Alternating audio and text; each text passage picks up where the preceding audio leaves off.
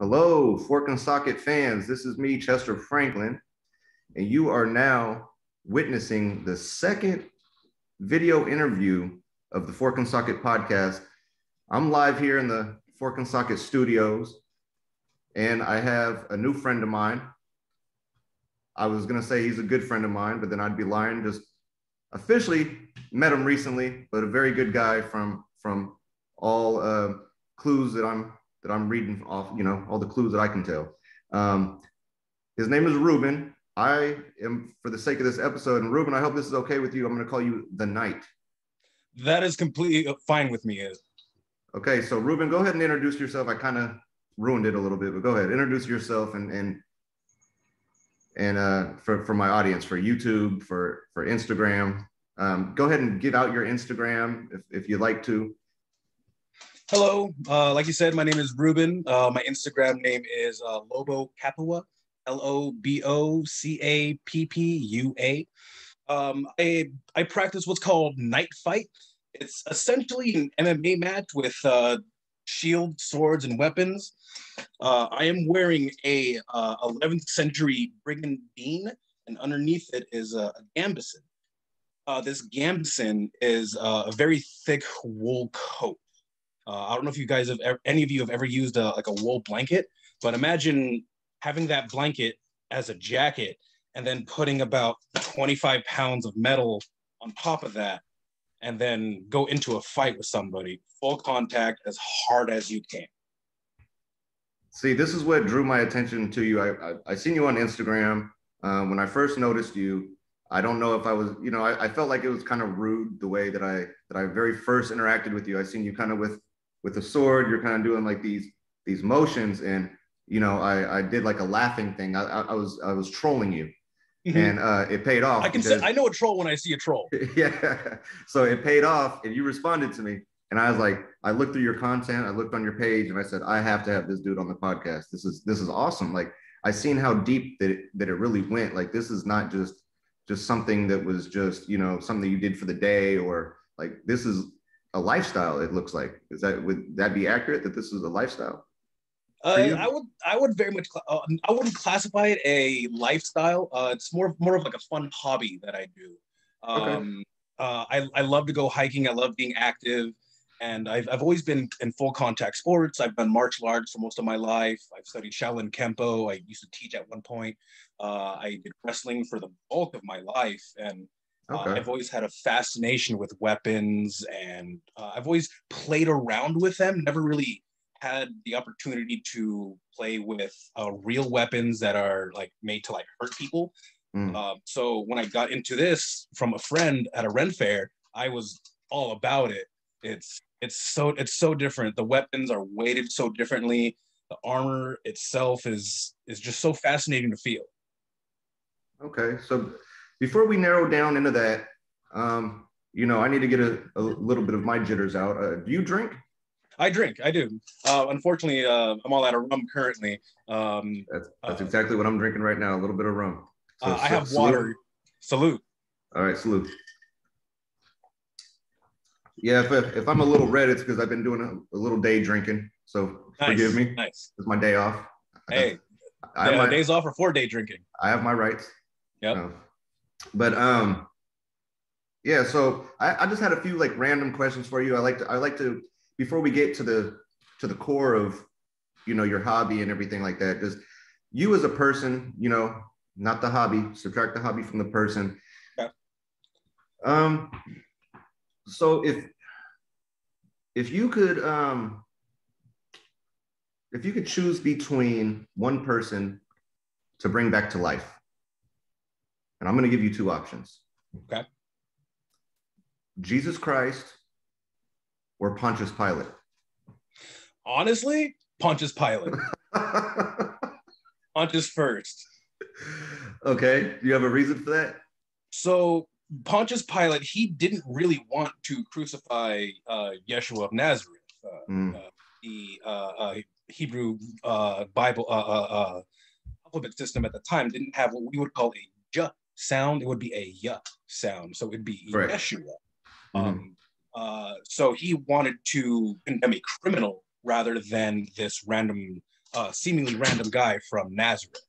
And he was very political in his approach, and he tried to convince the people that, no, this is the correct person to crucify. And the Romans loved to crucify everyone and everybody. It almost didn't matter the severity of the crime. I want to say more towards like murder and potential robbing, but not like theft. I don't think petty thief. Okay. But that's why I would choose Pontius Pilate over Yeshua of Nazareth. So you seem pretty knowledgeable about this subject. Are you into the Bible or any type of scriptures at all? Are you religious? What would you say? Like I think I'm asking too many questions at one time. Are you religious and are you familiar with the scriptures, or is this something more from a historical context you learned from outside of the Bible or other religious texts? So two-part actually. I grew up heavily Catholic in a Hispanic household. I went through catechism. I was an altar server at one point. No, I wasn't touched, that I remember anyway. I don't know. They gave you a little too much wine during communion, huh? A little bit, yeah. I think that's where my tolerance comes from, actually. Yeah. Yeah, no, I was raised Catholic as well. I'm Portuguese, so it was nice. Yeah, very, very devout Catholic, strict Catholic, and I went through communion and stuff. And no, I wasn't touched either. But I kind of hold a grudge about that because like I thought I was a cute kid growing up. Oh, that's funny. I think I'm a cute adult, but I was a really cute kid. I mean, one kid that I know, he ended up being a priest, and he was like the most touched, but he was like the ugliest kid. So I don't really understand like what was I lacking, So these are demons that I have to deal with, and I'm going to therapy for them currently. but not to interrupt you with your story. Continuing on. Up until about middle school, I resigned my faith and I started looking at religion as more of a fictional thing. Somewhere in my library I have a King James Bible, a Quran, a Torah. I have a Mormon Bible too, just to compare the differences between them and how they're all. The way I describe Christianity, Judaism, and Islam in the most respectful context that I can is imagine if Harry Potter was written by Tolkien. Was written by who? Tolkien, the guy who did Lord of the Rings. Oh, Tolkien. Okay. Imagine if Harry Potter. That. Mm. Yeah, that is that would be your difference. Comparison. Yeah, the difference between Christianity, Islam, and Judaism is they all have the same one God. They all have the same key figures. They all have the same Ninja Turtles. I mean, 4 archangels. But they all have slight differences. Okay, that's interesting. I have a library myself. It's in my living room now, but it included our religious texts. So I have the Bible. When I turned 17, I became a Muslim. And then Salam, Rafi'i. Walaikum salam. But I actually turned away from that as well. As you could tell, I'm drinking an alcoholic beverage. And, right. I didn't click. That didn't click until you said that. Yeah, there's a few rules that I've broken. I've backslid quite a bit, so I still like to reference to it every now and then. Like you said, just have different perspectives. And I also have the Book of Mormon as well, that I actually got from the Beehive House in Salt Lake City, Utah. Holy shit! I took a trip over there, and yeah, I took a trip. That was like one of the little destinations to go to, one of the landmarks, because there's not really too much to do out there, to be honest. And I went there and they tried to convert me, and I went on a little tour of the Beehive House, and they gave me a copy of the Book of Mormon. So I still have that as a part of my library.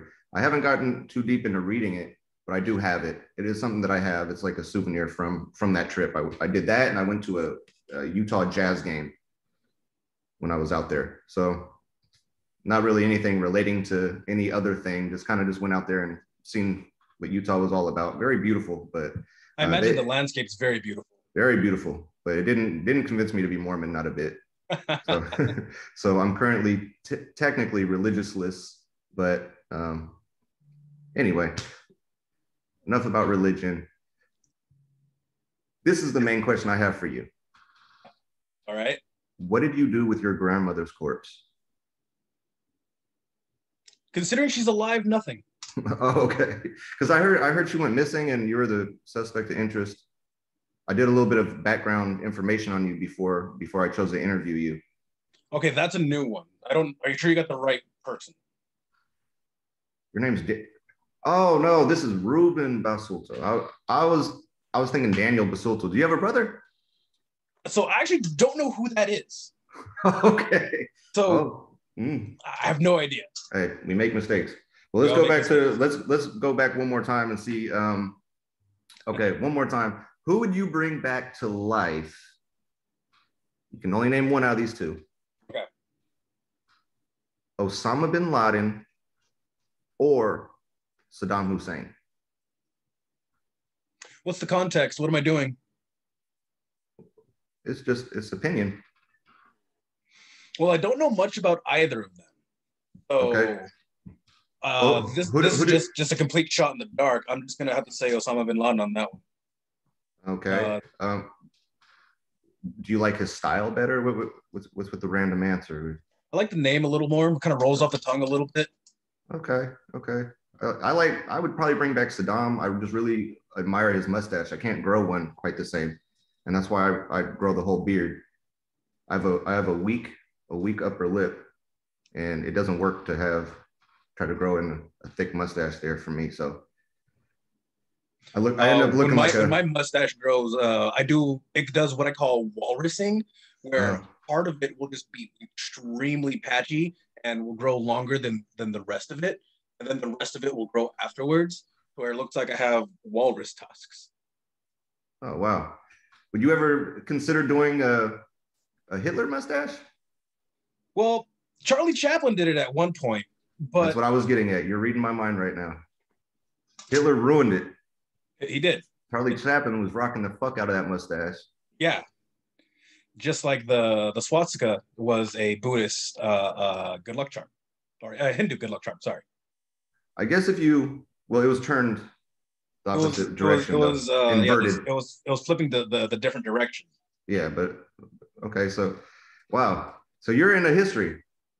A little bit, I will say, just a little bit. That's one thing I wouldn't have surmised. Does history have anything to do with how you got into this medieval kind of stuff? Are you a fan of like the Middle Ages? Have you really read into it, or maybe Roman history, or what kind of history are you most interested in? And did it have an influence on you? I've always been fascinated with history in general. I will say that the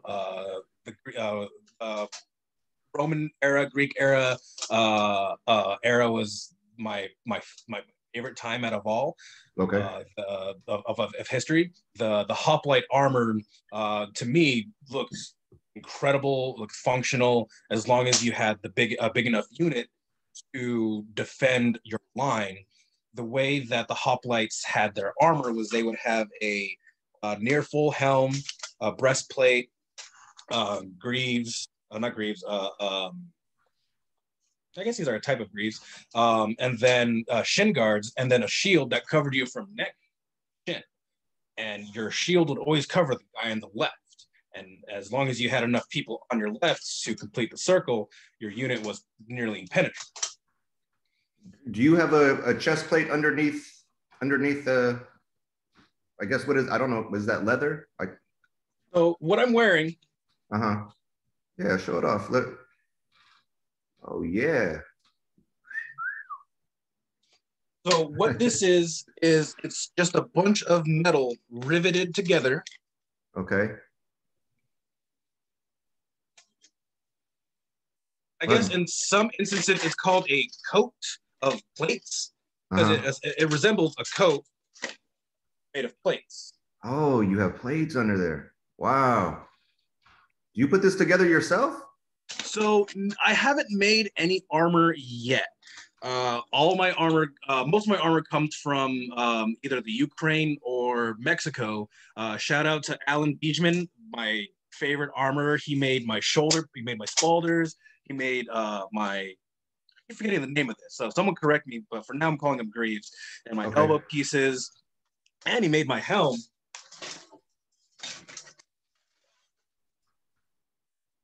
Oh, wow. How heavy is that thing? 25 pounds. 25 pounds just resting on your shoulders. I'm resting on my head and shoulders. Wow. So I'm a little strong. So do they come already fabricated, or do you need to do some type of work to attach them, or they just come fully fabricated and you just throw them on? Depends on where you get it and who you buy it from. Uh, there are a bunch of armorers around the world who have the prefabricated armor and sell it to you. And it takes a long time to get to the United States because customs takes forever. And there are a lot who, there are very few who will sell you the individual tempered or plates to you, and you would rivet it to canvas blacks. That's what this black piece is. It's a canvas on the inside and like a wool flax on the outside. Wow. Finding both is a little difficult. Yeah, I could imagine. When you have a chance to have a seat, your face is kind of cutting out of the frame. But no, that's very interesting.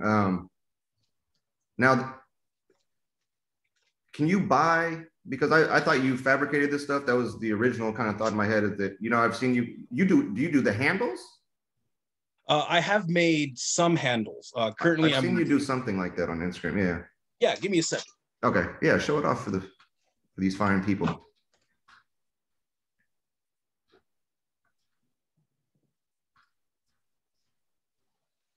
So this is a tomahawk handle. Okay. With bone inlay. Okay. And what do you have planned for that? Does it look maybe all the way complete? You're gonna order a blade for it, or? I have a blade head for it. Currently, the bone is not flush, not even. So I got to sand it down, make sure it's nice and flush. Coat the bone in epoxy, then rivet the bone into the wood, and then tap in the handle, the head. That looks really heavy duty. This is bleached wingy. Okay. This is what it looked before. So you created that out of a slat, like what you just showed. Correct. I carved this. For all of you woodworkers, you know exactly how stupid hard this does not want to cut. This does not want to cut for everybody else. I spent about 14 hours on a bandsaw trying to carve this out from like a solid piece about this big. Wow. Yeah. And so you said something about bone. What kind of bone would you put on the outer area of that? What is that? Oh, this is deer antler. Deer antler. Oh, okay.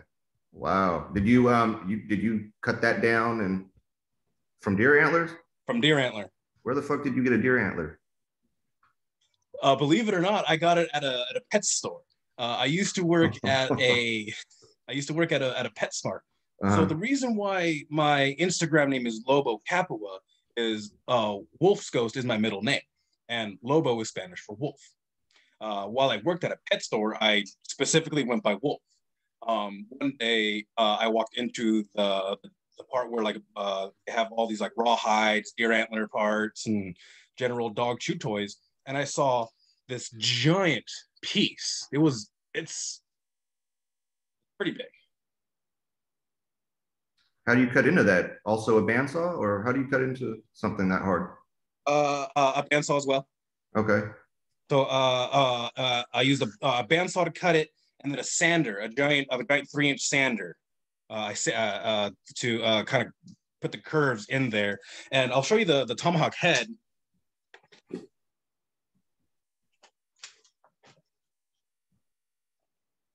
That's a beauty.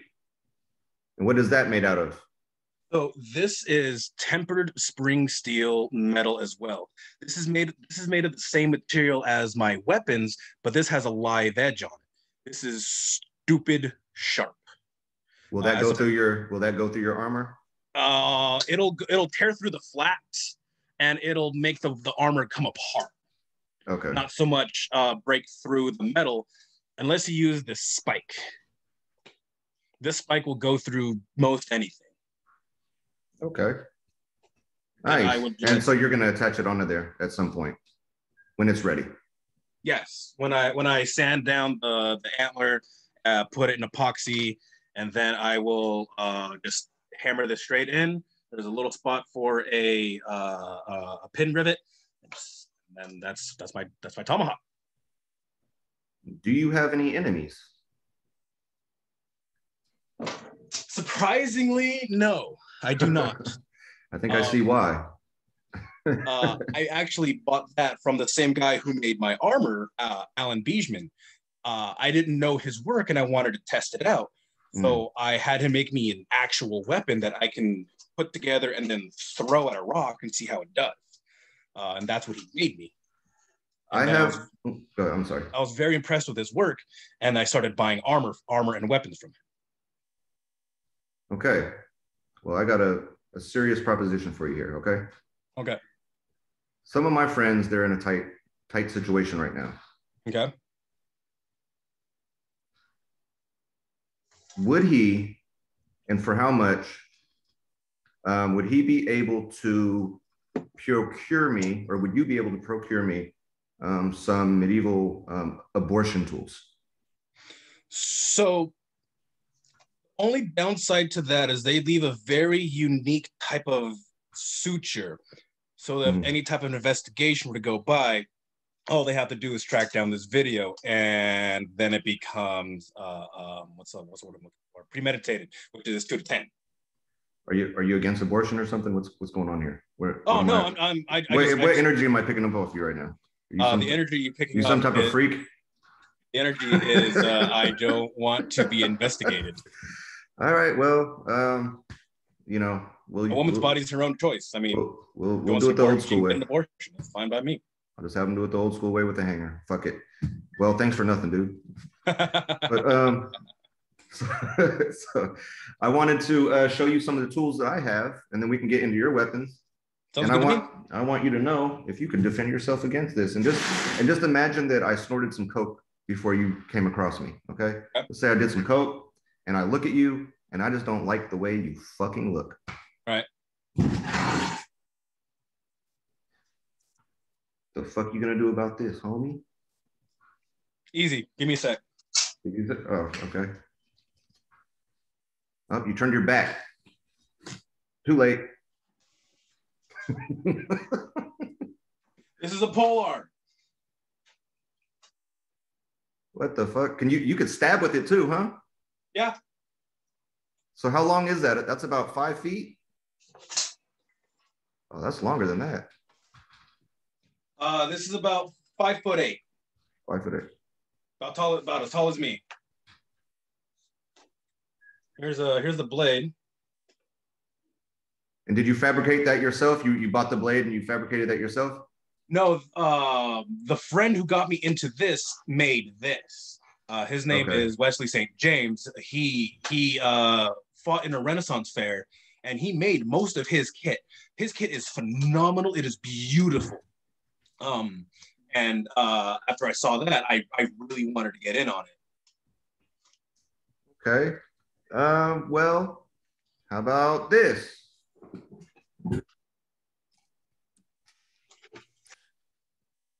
What are you going to do about this? I'll set you on fire. What are you going to do against this? This is a flare gun. Flare gun? What you going to do? I'll just block it right back at you. What the I gotta fuck drag you it. do? Safe. Actually, a Manticore would be stronger. And what caliber bullet does it take to go through that? Surprisingly, any. Oh, okay. Okay. So it's not meant for warfare as far as bullets. Meant for guns. As far as bullets, yeah. Okay, so what's your? Oh well, what you want to pull another one out? What's up? I got a hatchet. I'll chop that blade in half probably with this. Huh? I sincerely doubt it. What if I was like really confident? That it's good to live in a false reality. I agree. Well, I keep these with me anyway. They'll do Nice. something. They will do something. They're a little rusty. They will scare the wrong individual. They're a little rusty and they will give you tetanus. So if you want lockjaw, be my guest. You know, bring it on whenever you're ready. Yeah, bring it the fuck on. That's what I say. But what's some pieces that you have? You want to show off your collection and kind of show? Oh, sure. Show me some of your prides of joy. Like, what do you really like to? What are your favorite weapons? Because I know you do competition. We can get into that in a moment, but show off some of your prides of joy.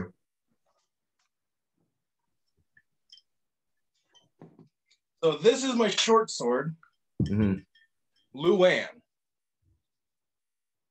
And this is my long sword, Reba. What made you give them those names? Ex-girlfriends? No, actually. So there's this D&D podcast called Not Another D&D Podcast. One of my favorite characters on there, his name is Deadeye. He has a shotgun and a handgun named Reba and Luan. And that's where I named my swords after. Except I swapped the big sword, the big name and the short name. Okay. My hatchet that I was showing you, I named this Sherry. Sherry? Yeah, and I named it after my mother because she abandoned me. And if I ever use this, I'm gonna abandon it. That's a wise decision. That's a very wise decision. Thank you. Thank you. I knew I could count on you for some good advice.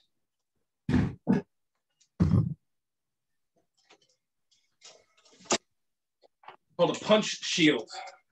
It is very reminiscent to the type of shield Captain America had in Infinity War.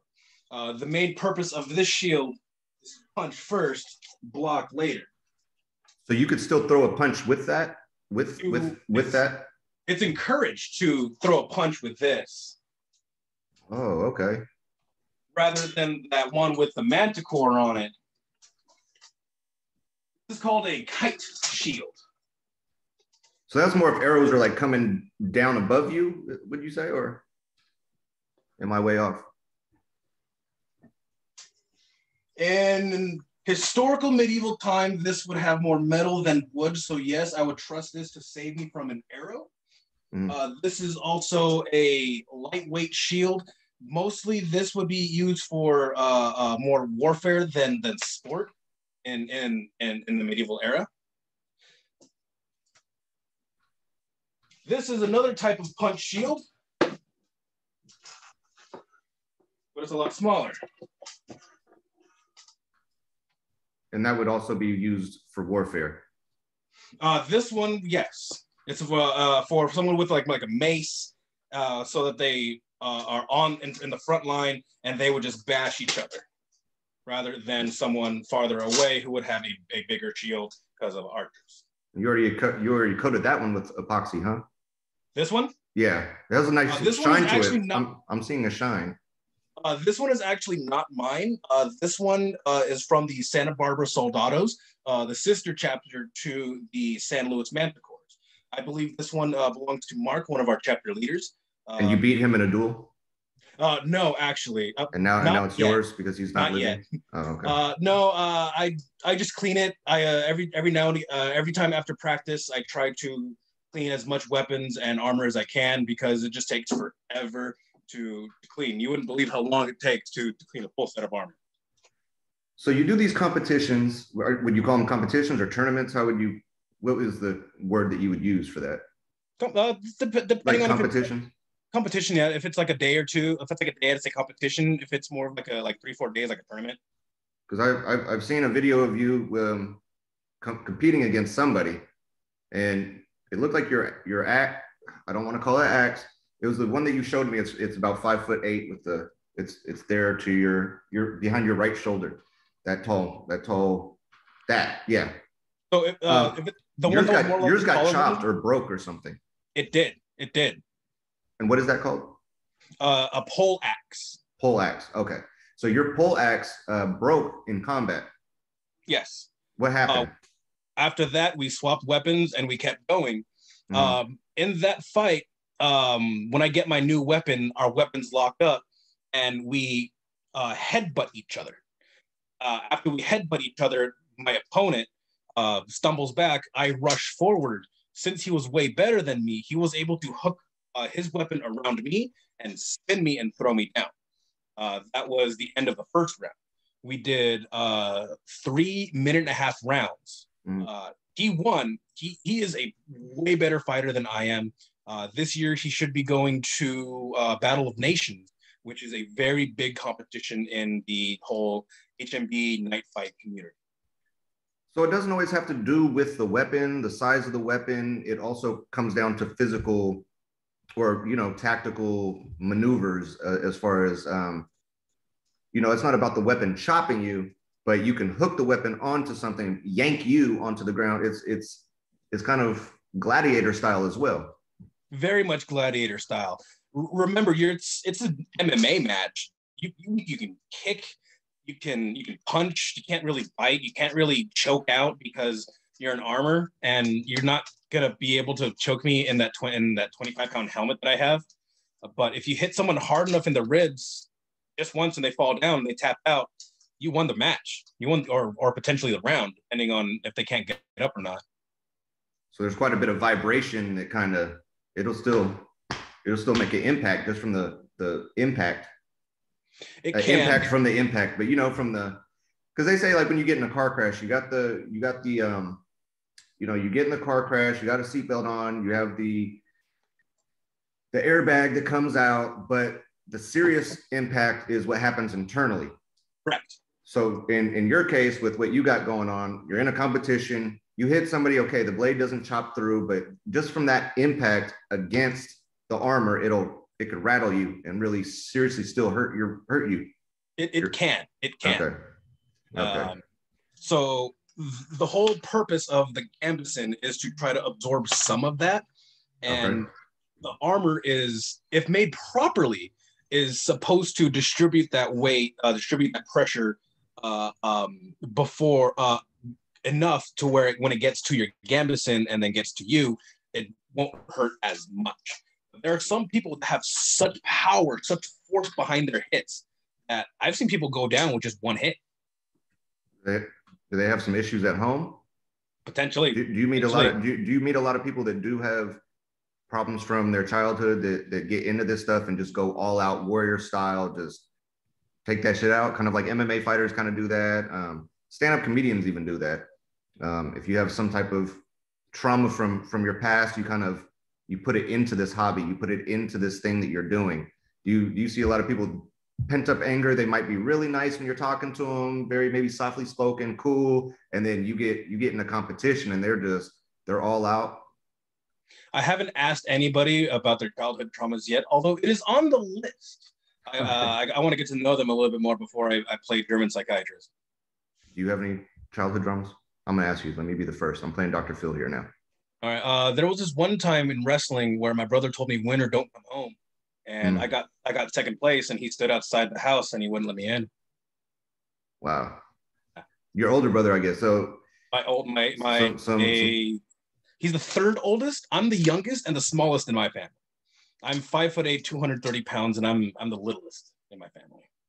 Okay, so he was just taking out aggression on you from what his older brothers did to him. Potentially. Yeah. It typically is a cycle like that. It tends to. Wow. So these, again, remind me one more time.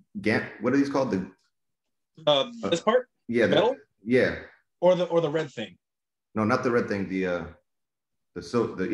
steel. So I forget the name of this. I want to call it a greave, but I know the greaves go over your shin. Okay. I know those are greaves, but I forget the name of this. But for the moment, I'm calling them greaves. We'll stick with that, and I'm okay with being incorrect. But let's say it's called a greave. Somebody correct me in the comments, please. They sure will. No, so a greave. I see it kind of, it fits perfect around your arm. Did you have to send dimensions to the person who made it, or did you bend it closed yourself? How did you get that to fit like that? Pretty perfect. Doesn't look like there's a whole bunch of wiggle room going on. I actually met Alan Beijman before I got in the full kit. My good friend Blake, he was fighting in Battle of Roses, and Beijman was there, and he actually took my measurements personally. This, it actually comes off with just a strap, and then it pops open. Oh, it's kind of hinged. Would you call that hinged? Is there a hinge in there? Yeah, I wouldn't call it a hinge. It's literally just held together with leather. Oh, okay. Wow. Yeah, it doesn't look like there's any wiggle room. He made it perfect. He does fantastic, beautiful work. Like I can't thank him enough for the wonderful armor he made me. Okay. So you did a hike today. You let me know. Today, no, yesterday. It was yesterday. Okay, so you Yesterday. discussed to me that you went on a hike, and you hike actually in this armor. Yes, I do. And so, what's the overall weight? I guess without the helm. Do you hike with the helm on? Not yet. I'm working up to it. I'm working up to it. That helm is fucking heavy. Yeah, that's an extra 25. Yeah, but what's the rest of it weigh? So my whole kit without the helm is 75 pounds. Wow. Altogether, with the helm, it's 100 pounds. And I have to run at people. I have to be able to keep my arms up, and I have to take a hit and catch my balance in all of that. So you have to do quite a bit of conditioning to be prepared for the next. Yes. That's actually the whole purpose of what I call the night hikes, where I hike as a knight, but not at night, because if you hike at night, you might die. That's not good. Yeah. But if you hike as a knight, it's cool, but not at night. Okay. So you hiked yesterday. You went on a hike. You went with, you said, your friend's girlfriend. His fiance, actually. Fiance. You think does he do this stuff too? Yeah, he actually came in practice. He actually got into kit his first time coming to practice. His name is Joey. He's an old friend of mine. We actually wrestled together in high school. We actually taught him how to wrestle in middle school. That's how long we've known each other. He one day he saw me the same way as you did, just posting pictures of me doing all this night stuff. And one day he goes, "Hey, I want to check it out." I told him to come on by, and he loved it so much he wanted to get in kit. We had enough loaner stuff for him to get in, and he went all out. And that was in Santa Barbara. In fact, this Sunday there is a night practice in Santa Barbara Oak Park, where San Luis Manticores and the Santa Barbara Soldados will be practicing in full harness. If anybody watching this wants to come and check it out, it starts at 11 a.m. Okay, I'll be posting this video today, so hopefully that's enough notice. Whoever views this, and yeah, go check them out. I was only asking and bringing up the fiance because I was thinking maybe she might be kind of into you, even though that's your friend's girl. No disrespect, Joey. I don't know you. I don't know your fiance. I'm just saying to you, Mr. Ruben, sometimes women like they like a leader. They like a strong man. So I have a friend, or I used to have a friend, and I taught him how to sell drugs. Now, he did a lot of things for himself. He made a lot of good money. But there was one time when his girlfriend that eventually he did want to marry said, "I know that you taught him how to do this, and I think that's hot, and I want to suck your cock." So I was kind of thinking, okay, you got him into the being a knight and all that, and the medieval kind of battles, and maybe because you introduced him to it, yeah, she loves him, she wants him, but she knows who introduced him. You know what I'm saying? And there's no fault on her. I'm sure she feels that way, and it's just a secret that she keeps to herself. No offense again, Joey. I don't know you. Don't. It's like I'm just being funny. I'm being inappropriate facetious and funny. Yeah, being facetious and funny. As far as I know, she doesn't have any attraction to me like that. But I don't know. Yeah, we'll leave it at that. We don't want to ruin no friendships here on the show, on the podcast. That's what we call an unknown, things you don't know that you don't know. Okay. So, but I'm sure. Come on, dude. These events. I mean, did you ever fuck in that thing? I'm sure you get. I'm sure you get pussy by the pound. Well, I actually have a girlfriend, a very serious girlfriend that I live with. Oh, I'm sorry. What's her name? So I can apologize to her now too. Kaylee. Kaylee. Sorry, Kaylee. So Kaylee is actually the younger sister of my friend Blake that I spoke about earlier. Okay. Does she dress up and pretend to be a knight? Kaylee, does she dress up and pretend to be a knight to keep an eye on you when you're doing your thing? No, but she has come to a few of the practices in a tiara and crown that she bought. I was at this park. It's called Tilden Park, and it's in between Berkeley and Oakland, California. Okay, I know where that's at. Yeah, I'm here in Northern California. Okay. And so there were a bunch of LARPers. Okay. Okay. They were out there, and there was one girl playing the flute, and there was one girl, she had like, something around her head, like a kind of like a crown or whatever. I'm not really sure what you call it, like a headband, more or less. Okay. And she was kind of in a low-cut dress, showing her cleavage, and she looked kind of like a computer nerd kind of girl or whatever, but she was going all out for these dudes. I mean, she was carrying a basket of apples to the rhythm of basket of apples, ready to bob for a few. I was about to say, I know exactly what she's doing. She'd walk up to you and say, do you want to bob for apples? And then she'd take one of those apples and then she'd put it on the other girl's cleavage. That's when you have to go down and grab it.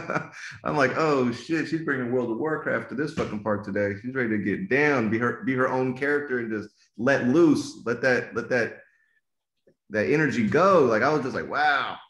I have a lot of friends that are really into video games and stuff like that. I love video games. They probably would have pulled her into a bush. I mean, I know this is cancel culture. I know this is a Me Too era, but I have a few friends that they don't do too well with women, and they can't really always resist their appetites. As long as it's consensual, that's all that matters. Who said anything about that? No, I'm just playing. What would you say to somebody who would say what you're doing is LARPing? So I know that sounds probably a little offensive to you. I get that a lot, actually. More than a little offensive. Because I'm with a group of nerds in a park reenacting things with seemingly fake weapons. But that's where the difference is these are real weapons.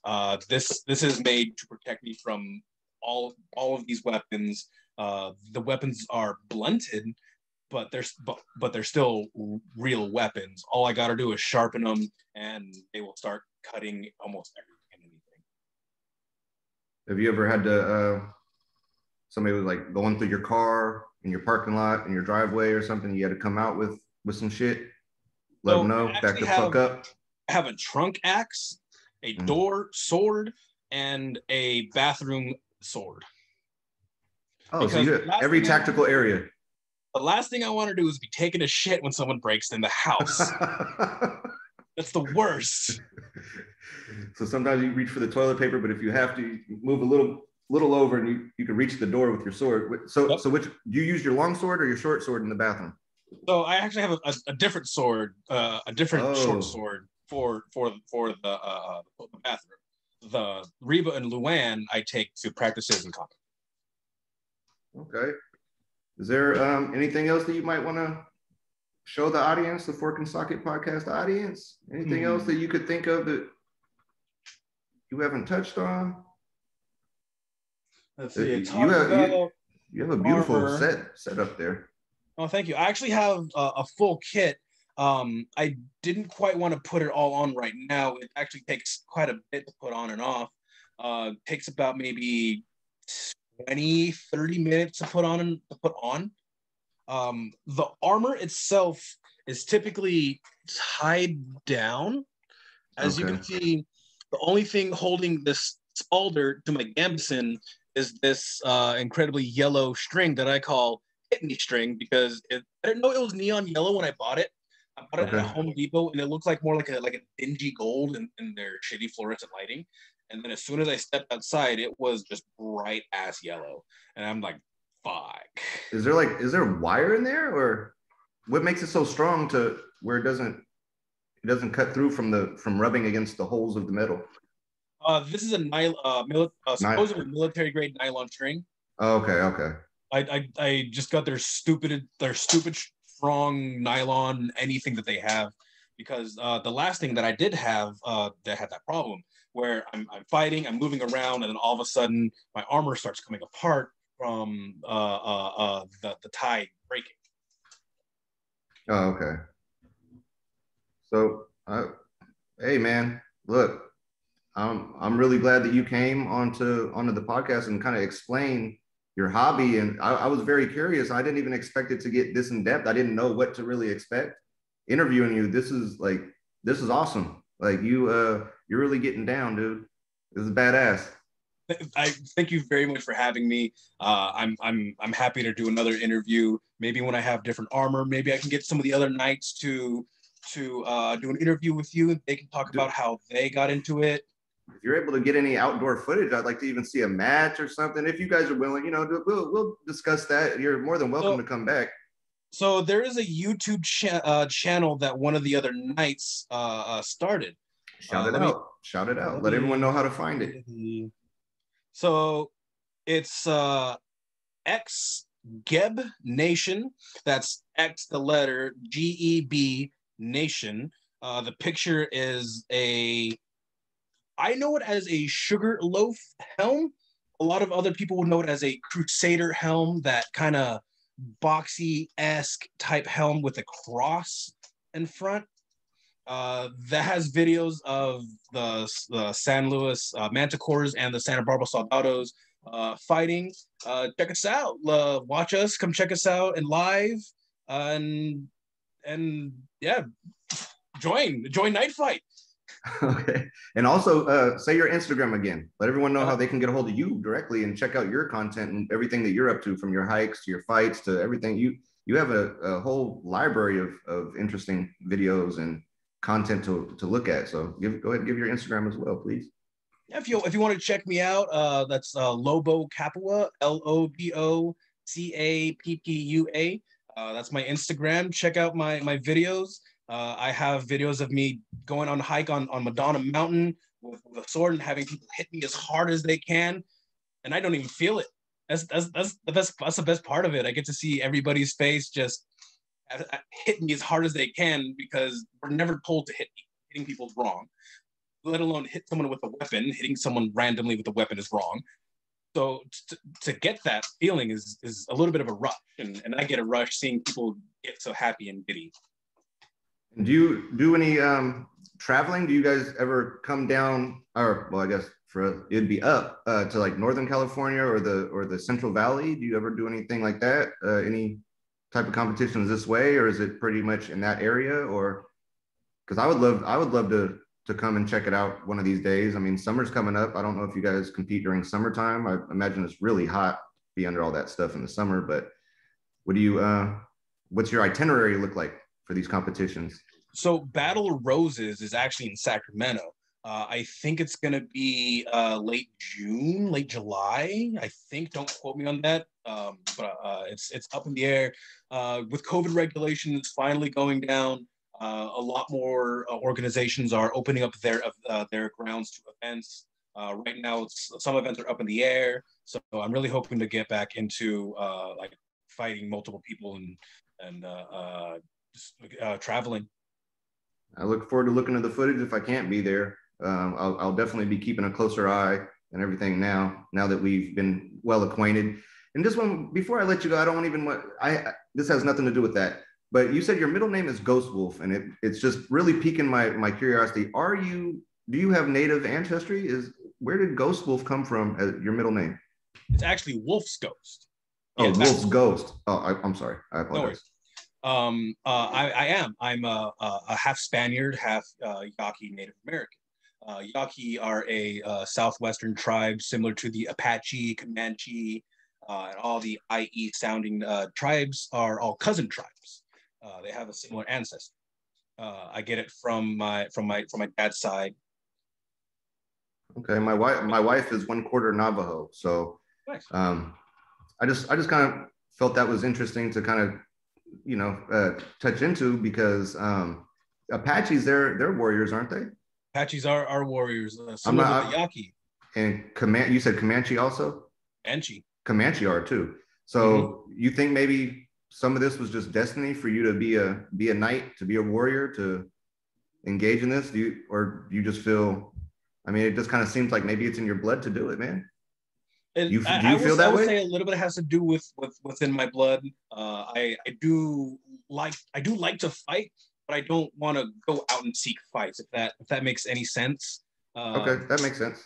Also, a little fun bit of information on the Red Road. The what's all That's what's called for anyone who follows a Native American lifestyle or thought or thoughts or ideology. Uh, the warriors aren't typically the ones that are always out in the battlefield fighting everybody. The warriors are the ones who sacrifice their lives for the better of the tribe, whether if it's taking care of the elderly, taking care of children, or making the ultimate sacrifice, sacrificing yourself. Okay, I did not know that. Well, whether it's Native American, I'm sorry, I'm not. I keep dragging this on after I started acting like this was going to be the outro, but Oh, good. I have a bunch of questions. I guess we could always pick up on another podcast episode, I'd be happy for but that. I'm really into history. I could see that you are very knowledgeable about a variety of things, variety of centuries, a variety of periods. Um, I like to read. I love history. I like to read. If you could think of, because you said you have a library, if you could think of just one thing off the top of your head, it doesn't have to, it could be anything. What would be one book that you would recommend to me? The Art of War by Sifu Sun Tzu. Okay, I've read that one. It's my favorite book. It's it's very interesting. So It opens your eye to a lot of things, and not just like warfare, but like no, the it has you strategy. think a different way. Yeah, it's more of a strategy book than like a this is how you fight type of thing. So one more then. Now I need one more One more. because that was a very good title, but I did read that one. So just some it could just be random. It could be about Margaret Sanger and Planned Parenthood. I don't know. Like what just think of just anything.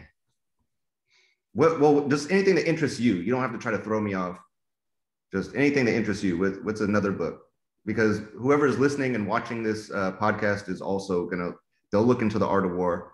Not everyone's read that, you know. Right. They will look into that. So if you recommend something to me, you're also recommending to countless viewers and listeners as well. So Okay. what would be There's this another one one? book that I like called Maximum Ride. It's a book about these geneticists who made these humanoid and avian creatures and also these humanoid canine creatures. And these, I guess, angelic creatures, these human and bird type creatures, were seen as failed experiments and are hunted by the organization that created them by these, I guess you can call them werewolves, but type creatures. Mm. Yeah, I think I've seen a few of those in my hometown, but we just call them hood rats.